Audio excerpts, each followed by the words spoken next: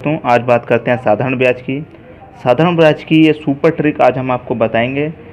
ये ऐसी ट्रिक है दोस्तों, साधारण ब्याज का कोई भी क्वेश्चन हो आप मौखिक ही सवाल को कर देंगे, 1 से 2 सेकंड में कर देंगे। कभी कभी इसमें ऐसे कठिन प्रश्न आ जाते हैं जो ज़्यादा टाइम लग जाता है सवाल को करने में, तो ये ट्रिक आपको वहाँ पर काम आएगी दोस्तों। ट्रिक आपको एक एग्ज़ाम्पल से बताते हैं। एक एग्ज़ाम्पल लेते हैं, मान लीजिए ये 100 रुपये है, ये 100 रुपये है, 100 रुपये है। 100 रुपये का मान लीजिए 7% वार्षिक लग रहा है। 100 रुपये पर 7% वार्षिक लग रहा है। एक बात है इसमें, साधारण ब्याज में क्या होता है, चाहे 1 साल हो, चाहे 2 साल हो, चाहे 3 साल हो, चाहे 4 हो, चाहे 5 हो, आगे कितनी भी साल हो, आपका हर साल 7% ही लगेगा। 7% यहाँ लगेगा, पहली साल भी 7% लगेगा, दूसरी साल भी 7% लगेगा, तीसरी साल भी 7% लगेगा। हर साल यानी कि आपको 7% ही लगेगा साधारण ब्याज में। इसको करने के लिए मान लीजिए पूछा गया आपसे 5 वर्ष के लिए 100 रुपये पर 7% की वार्षिक दर पे आपसे 5 साल के लिए पूछा गया है, तो इसमें क्या होता है, हर साल आपको 7% लगेगा ब्याज, 7% हर साल लगेगा। मान लीजिए 5 साल के लिए पूछा है, 5 वर्ष के लिए पूछा है, तो क्या होगा इसमें, हर साल 5 लगेगा, हर साल 7% लगेगा। पहली साल 7, फिर दूसरी साल 7, फिर तीसरी साल 7, तो कितना हो जाएगा। इसे आप करेंगे तो इसे आप यहाँ ना करके आपको सीधा ऐसी ट्रिक से आप सीधे यहीं कर सकते हैं। ये 7 है, यहाँ पर 7% का वार्षिक पूछा है 5 वर्ष के लिए, आप सीधे इनका मल्टीप्लाई कर दीजिए। 5 वर्ष के लिए पूछा है 7% का, तो आप सीधा मल्टीप्लाई कर देंगे तो कितना हो जाएगा, 35 हो जाएगा। यही आपका आंसर होगा। इसे आप निकाल के देखेंगे। 100 ये मूलधन है आपका, 100 मूलधन को हमेशा 100 ही मांगते हैं। ये दे दिया कितना, 35%। मान लीजिए आपको यदि ब्याज दे दिया जाता है 35 रुपये, 35 रुपये अपॉन 100, जीरो कितना निकल के आता है आपका, 35 निकल के आता। अगर आप इसे ऐसे करते, SI इक्वल टू PRT से करेंगे यदि आप इसे, तो इसमें टाइम ज़्यादा लग जाएगा दोस्तों। इसे करने की ज़रूरत ही नहीं है आपको, सीधा सीधा डायरेक्ट कर देंगे।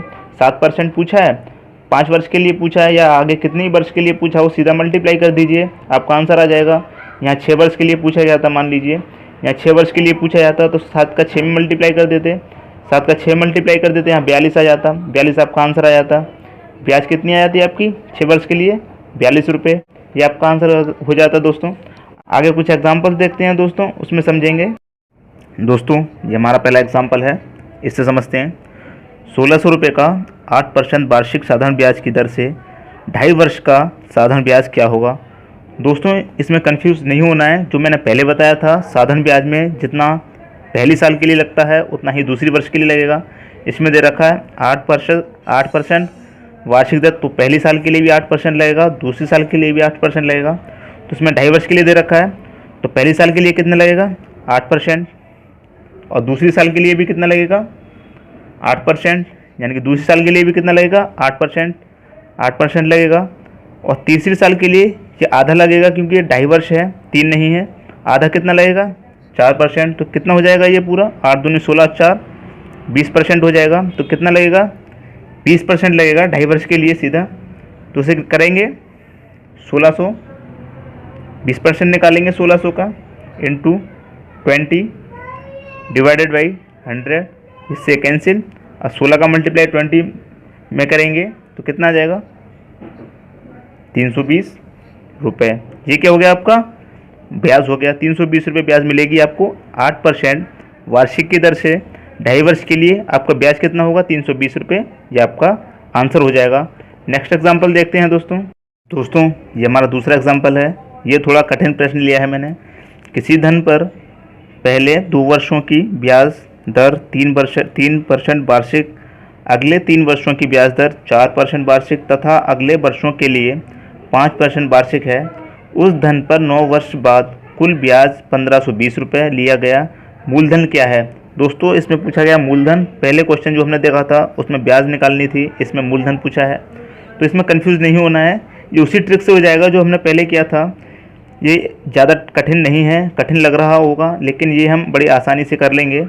देखते हैं दोस्तों, इसमें पूछा गया किसी धन पर पहले 2 वर्षों की ब्याज दर 3% वार्षिक की दर से, तो 2 तिया कितना हो जाएगा, 6 हो जाएगा, 6% हो जाएगा। प्लस फिर पूछा गया है अगले 3 वर्षों की ब्याज दर 4% वार्षिक दर से, यानी कि 4 तिया 12 हो जाएगा, 12%। फिर पूछा गया है 5% वार्षिक है, अगले वर्षों के लिए 5% वार्षिक है, लेकिन कितने वर्षों के लिए दिया गया ये नहीं बताया इसमें।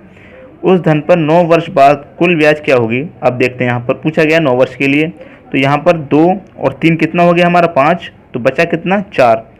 तो 5 का मल्टीप्लाई किस में करेंगे, 4 वर्षों के लिए होगा, तो 5 चौका 20 हो जाएगा, 5 चौका 20% हो जाएगा। 9 वर्षों के लिए दे रखा है इसमें, 5 चौका 20 हो गया। अब इनको जोड़ लेंगे, 6 और 12 18, 18 और 20 38 हो गया, ये हो गया 38%, 38% हो गया। अब इसमें क्या मूलधन निकालना है, ये ब्याज हो गया हमारा 38% का ब्याज लगेगा, मूलधन इसमें निकालना है, तो मूलधन निकाल लेंगे। ये दे रखा है 38%, इसे किसके बराबर रख देंगे, 1520 रुपये के बराबर रख देंगे, इसे 1520 के बराबर रख देंगे। अब 1% निकालेंगे, 1% बराबर किसके रखेंगे, 1520 डिवाइडेड बाई 38